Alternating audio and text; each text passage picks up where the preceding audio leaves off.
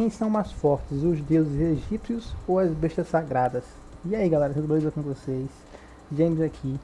E hoje a gente vai analisar aqui minuciosamente os poderes dos deuses egípcios e das bestas sagradas. Vamos ver quem são os mais fortes e eu conto com a ajuda de vocês. Também eu quero saber a opinião de vocês nos comentários.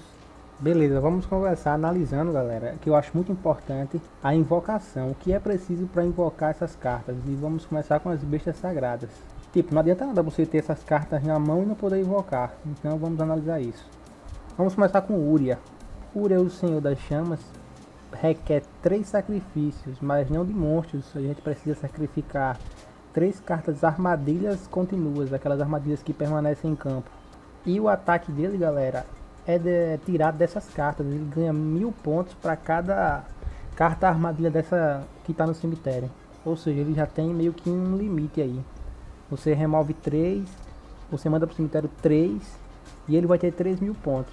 Então a gente pode dizer que o ataque dele é de 3000 pontos, porque para mandar uma carta armadilha contínua para o cemitério não é tão fácil não. Nem todo deck consegue fazer isso.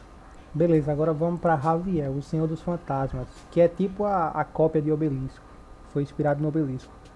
Para a gente invocar ele, galera, a gente precisa sacrificar 3 monstros do tipo demônio. Então já aí ele fica meio que parecido com um deus egípcio Obelisco. E por último, galera, vamos falar de Ramon, o Senhor do Trovão. Ele é tipo Uria, só que para invocar ele a gente precisa mandar para o cemitério 3 cartas mágicas permanentes. E vale lembrar, galera, que diferente dos deuses egípcios, as bestas sagradas não podem ser invocadas de nenhuma outra maneira, só assim. Os deuses podem ser invocados pelo monstro que renasce, eles podem ser renascidos, mas as bestas sagradas não. Beleza, agora que a gente já falou das bestas sagradas, da invocação delas, vamos analisar a invocação dos deuses, que é bem simples. Eles precisam de 3 tributos de monstros, qualquer monstro, para ser invocado. Que não é tão simples, eu acho as bestas sagradas mais fáceis de ser invocadas do que os próprios deuses.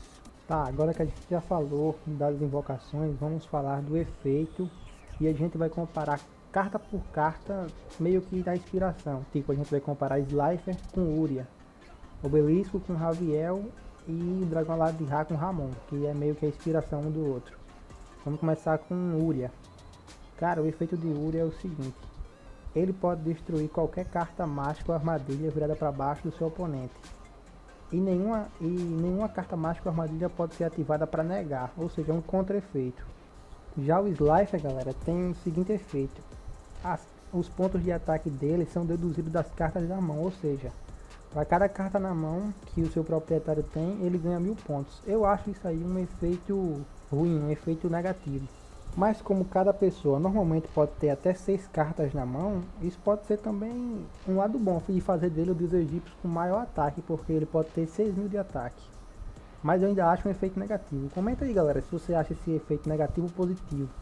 E o segundo efeito dele é o da segunda boca, que se o oponente invocar um monstro e tiver 2000 ou menos de ataque, ele é destruído instantaneamente.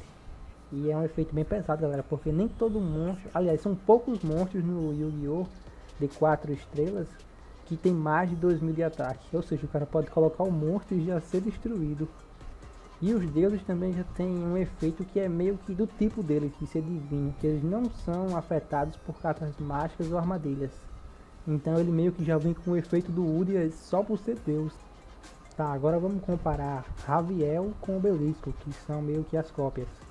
Raviel, galera, é o seguinte: quando o oponente invoca um monstro por invocação normal, ele faz meio que um símbolo lá, uma ficha fantasma, e essa ficha fantasma tem 1000 de ataque e 1000 de defesa.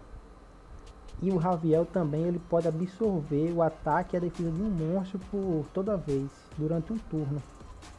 O Obelisco, você pode sacrificar 2 monstros e ele destrói todos os monstros que o oponente tiver em campo, galera. O efeito dele é esse. Só que quando ele faz isso, ele não pode atacar.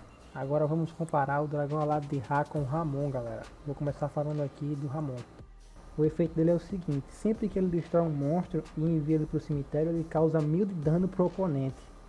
E sempre que ele está em modo defensivo também, nenhum outro monstro pode ser atacado. Ou seja, se ele estiver em modo defensivo, todos os ataques do oponente tem que ser para ele. E como ele tem 4000 de defesa, eu acho que o oponente nem vai atacar. O dragão alado de Ra tem seus pontos tirados dos monstros que é sacrificado para a invocação dele. Ou seja, se o cara sacrificar 3 monstros de 1000 de ataque, ele vai ficar com 3000 de ataque. E ainda tem aquela habilidade dele, que você pode transferir quase todos os seus pontos de vida, exceto 100, para o ataque dele. Então faz disso dele ainda mais forte. E ainda tem uma terceira habilidade especial, que é de você pagar 1000 pontos de vida e ele destrói um monstro no campo. Agora vamos para o veredito final. Eu acho os deuses egípcios mais fortes. São mais difíceis de invocar, mas são mais fortes. Principalmente porque eles têm esse efeito de negar as armadilhas, cara. Lembrando que, aliás, uma observação. Eles no anime são imunes a até ativação de armadilhas sem selecionar eles para destruir. Tipo, o cara ativa lá a força espelho e não destrói o obelisco no duelo com o Kaiba, tem com o Harry Hunter. Já no jogo não, as regras do jogo não dizem isso. O cara pode ativar a força espelho e pegar nos deuses, porque não está selecionando ele. Mesmo assim eu acho os deuses mais fortes. E a besta sagrada que eu acho mais forte é Ramon. Mas um dos pontos que mais enfraquece as bestas sagradas, galera, é o seguinte: eles não podem ser revividos nem invocados de outra forma, a não ser fazendo o sacrifício lá das cartas mágicas permanentes e armadilhas. Aí fica difícil, você não consegue renascer uma carta dessa. Enfim, essa é a minha opinião, galera. Deixa aí nos comentários o que vocês acham disso e deixa aquele like. Falou!